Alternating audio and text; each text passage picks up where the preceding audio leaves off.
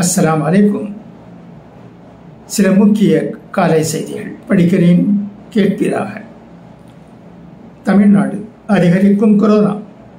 Oxygen, மருந்துகள், செயற்கை சுவாச கருவிகள் போதிய இருப்பு மாநிலங்களுக்கு அறிவுறுத்தல். நாட்டில் கரோனா பாதிப்பு மீண்டும் அதிகரித்து வரும் நிலையில் மருத்துவமனைகளில் ஆக்சிஜன், தனிமை படுக்கைகள், செயற்கை சுவாச கருவிகள், வெண்டிலேட்டர் மற்றும் அத்தியாவசிய மருந்துகளின் போதிய இருப்பை உறுதி செய்யுமாறு அனைத்து மாநிலங்கள் மற்றும் யூனியன் பிரதேசங்களுக்கு மத்திய சுகாதார அமைச்சகம் அறிவுறுத்தியுள்ளதாக அரசு வட்டாரங்கள் தெரிவித்தன. நாட்டில் கரோனா பரவல் நிலவரம் மற்றும் முன்னெச்சரிக்கை நடவடிக்கைகள் தொடர்பாக சுகாதார பணிகள் தலைமை இயக்குனர் சுனிதா சர்மா தலைமையில் கடந்த ஜூன் 2, 3 ஆகிய தேதிகளில் உயர்நிலை ஆலோசனை கூட்டங்கள் நடைபெற்றன. இந்த கூட்டங்களில் பேரிடர் மேலாண்மை பிரிவும், அவசர கால மேலாண்மை பிரிவும், தேசிய நோய் கட்டுப்பாட்டு மையம், இந்திய மருத்துவ ஆராய்ச்சி கவுன்சில், ஒருங்கிணைத்த நோய் கண்காணிப்பு திட்டம் மற்றும் அனைத்து மாநில யூனியன் பிரதேசங்களின் பிரதிநிதிகள் பங்கேற்றனர்.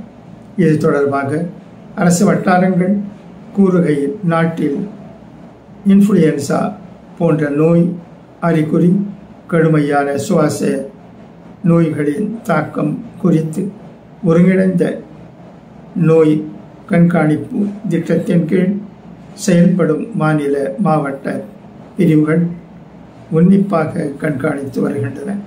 கடுமையான சுவாச நோயால் பாதிக்கப்பட்டு மருத்துவமனையில் அனுமதிக்கப்படும் அனைவருக்கும் கரோனா பரிசோதனை மேற்கொள்ள பரிந்துரைக்கப்பட்டுள்ளது.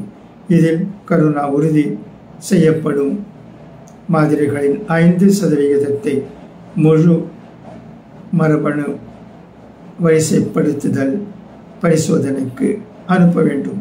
கரோனா பரவலை கருத்தில் கொண்டு மருத்துவமனைகளில் ஆக்சிஜன், தனிமை படுக்கைகள், செயற்கை சுவாச கருவிகள், அத்தியாவசிய மருந்துகளின் போதிய இருப்பை உறுதி செய்ய அனைத்து மாநிலங்கள், யூனியன் பிரதேசங்களுக்கு அறிவுறுத்தப்பட்டுள்ளது என்று தெரிவித்தன. 4302 அதிகரிப்பு. புதன்கிழமை நிலவரப்படி நாட்டில் கரோனா தொற்றால் பாதிக்கப்பட்டவர்களின் எண்ணிக்கை 4302. கடந்த 20 மணி நேரத்தில் 864 பேருக்கு பாதிப்பு உறுதி செய்யப்பட்டுள்ளது. பெரும்பாலானோருக்கு மிதமான அறிகுறிகளை உள்ளன. வீட்டு சிகிச்சையிலேயே அவர்கள் குணமடைகின்றனர் என்று அரசு வட்டாரங்கள் தெரிவித்தன. கடந்த ஜனவரியில் இருந்து இதுவரை கரோனாவால் உயிரிழந்தோர் எண்ணிக்கை 44. பொதுமக்கள் கை சுகாதாரத்தை பராமரிக்க வேண்டும். உடல்நிலை சரியில்லாத போது